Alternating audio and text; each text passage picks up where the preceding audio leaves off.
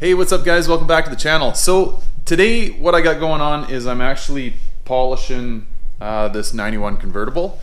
See, I got all my gear. This isn't my gear, it's my buddy's gear. He was kind enough to loan it to me. Well, more than loan it, I'm using his product. So yeah, super solid of him to do that. Thanks, Mike. Appreciate it, buddy, if you're watching.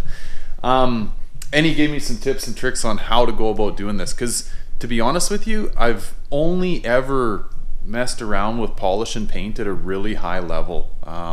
Did some boats back in the day, which it's usually where most people start because it's a little harder to burn through gel coat. And yeah, but anyway, I'm learning as I go here, but taking my time and doing my thing. But anyway, as I do this, I got thinking to myself, I'm like, there's a couple of tips and tricks that I've left out of my previous videos that I think are really important if you want to freshen up your Fox and really make it pop. And I thought I'd jump on here and share those with you. So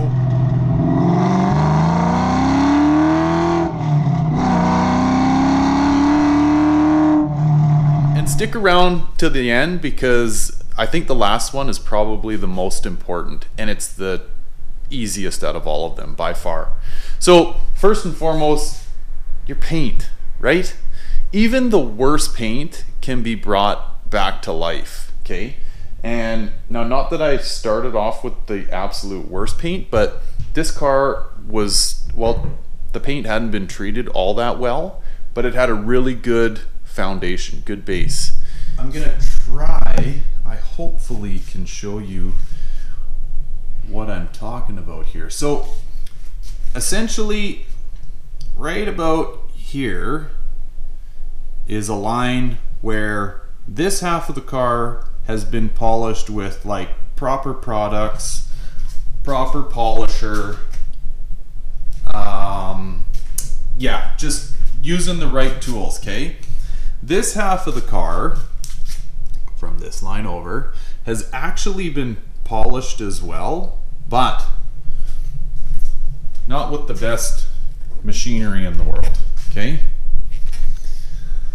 And I mean, that's pretty easily attainable. Most people have a drill and you can get yourself a foam pad. The thing with this is, and again, I'm no pro, but it's very hard to control your speed and your pressure and all kinds of stuff. This is where this other polisher is really nice, because you can control all those things. This side of the car, again, has been done by my DeWalt drill, and it is leaps and bounds better than what it first was, but it's nowhere near what this side is. Yeah, you can really see that line there. So I thought I'd show that to you guys. I mean, so yeah, this half of the hood has been done with a proper polisher, and this fender, I've got a pretty good war wound right here that I'm gonna have to touch up. But yeah, it's turning out really, really nice. Now, to give you an idea of a fender that hasn't been done, and this is always hard to do or hard to show on camera, but yeah, so working my way around. So that is, I think, probably one of your most what's the word I'm looking for, like eye-popping, instantaneous things that you can do to your Fox that is really going to make it show up and really going to make it look 1,000 times better than when you started, guaranteed, no matter what you're starting with. Hit it with that polisher. Okay, so now tip number 2, and I've talked about this in a lot of my other videos, and this is a little bit more time consuming because you got to peel some bits and pieces apart, but paint your interior parts, okay? It's not that hard. So for example, if you've seen any of my previous videos, you've seen that I painted these door handles, I painted these speaker covers, I've painted that seat belt bezel, okay? I've also, well, this is the new cup holder console, but painted that, painted the whole console. I haven't painted the dash pad, but you can kind of see how it's a little bit different red than, say, the center console here.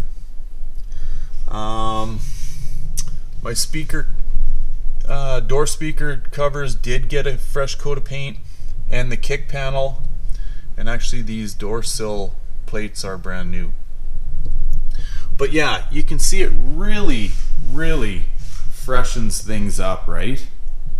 I'll maybe do a little side note in there and say just cleaning, for those of you that have seen my seat cleaning video. Yeah, like, clean it up and paint it. I wish I had some pictures to show you guys the beforehand of all this, but it really truly is a night and day difference compared to what I started with. Okay, so there's your two. Now the third, and this one, well, there's some people I know of that know of this trick, but anyway, it's one that I've used over the years, and I think it's one that actually gets overlooked. It's probably the cheapest, the easiest, and the fastest way that you can really freshen things up, specifically in your interior, okay? So what I got here is touch-up paint from actually my 2 trucks ago, but my GMC pickup. Just a regular old duplicate color touch-up. My truck was white, so this is white paint, okay? Now I'm sure there's an actual proper color white that a person should use for this, but I'm just using what I got, which is, yeah, the old touch-up paint from my old truck. So in this, there's it's a little ballpoint pen that actually dispenses paint when you push on it. Not a ballpoint, but well, for what it's worth, it's kind of what it seems like. And obviously when you got it turned upside down and the paint's rolling down, paint comes out of that when you push on it. What I use this for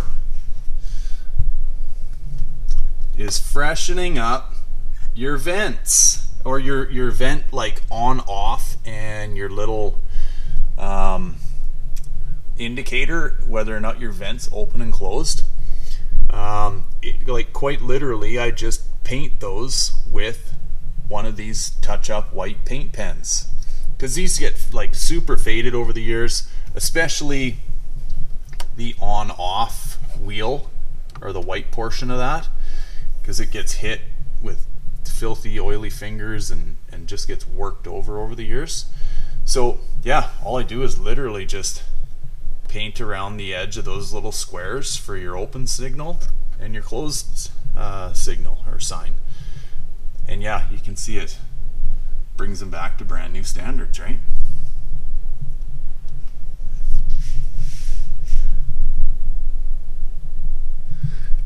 So yeah, I thought as I was going through this, I thought I'd share those with you guys. It's kind of my 3 favorites. I think that you get the most bang for your buck. Well, really, it's almost no bucks. Like a can of white touch-up paint is 12-15 bucks. Interior paint is 20-25 bucks a can, and polishing your car, well, having the tools, you got a little bit of an investment there, but pretty minor, right? Or borrow one like I did and buy your pads, buy your polish, and off you go. So they're almost free upgrades to your car.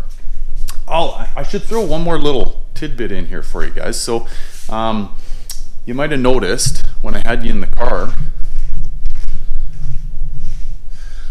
that my radio's out. Okay, I've got the stock cassette Ford premium sound radio in this car. Through some Instagram friends of mine, I've been able to track down a fella. I'll maybe ask him if he wants me to mention him on the video. I won't mention him right now, but if you guys hit me up privately, I can, or like email me or message me, whatever, I can let you know and get you in touch with this guy, because I'm pretty sure he runs this like a business. But anyway, I've boxed up and mailed off my radio to him, my stock radio, and he essentially overhauls the stock radio. So new faceplate, cleans everything up, and then installs Bluetooth capabilities in your stock radio, which is brilliant, I think. I was messing around with all kinds of different ideas. I mentioned in one of my other videos that I was going to keep that and then add this other module that was going to allow me to do Bluetooth, and this has worked out brilliantly and realistically way easier, other than the time that it takes me to ship him my radio and him to do the work and him to ship it back.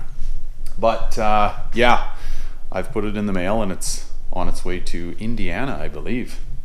So in a couple of weeks here, I should have a freshened up radio, and I'm actually quite interested to see how the stereo sounds. I don't know if he upgrades any of the guts of that radio, but I've only ever heard those radios with like an FM or AM signal or a cassette, which neither of which are really good sound quality. But when you throw Bluetooth, you know, high quality music signals to this radio, I'm wondering how much better it might sound. Fingers crossed a little bit, I guess.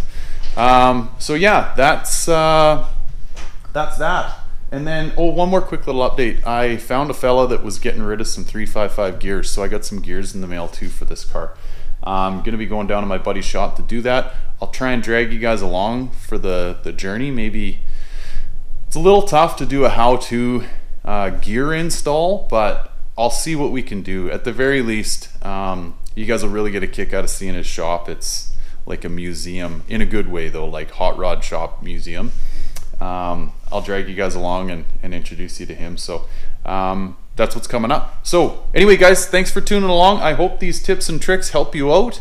And as always, hit me up if you got any questions or comments. I'll do my best to answer those for you. So thanks for watching, guys. Catch you on the next one. Take care. Bye for now.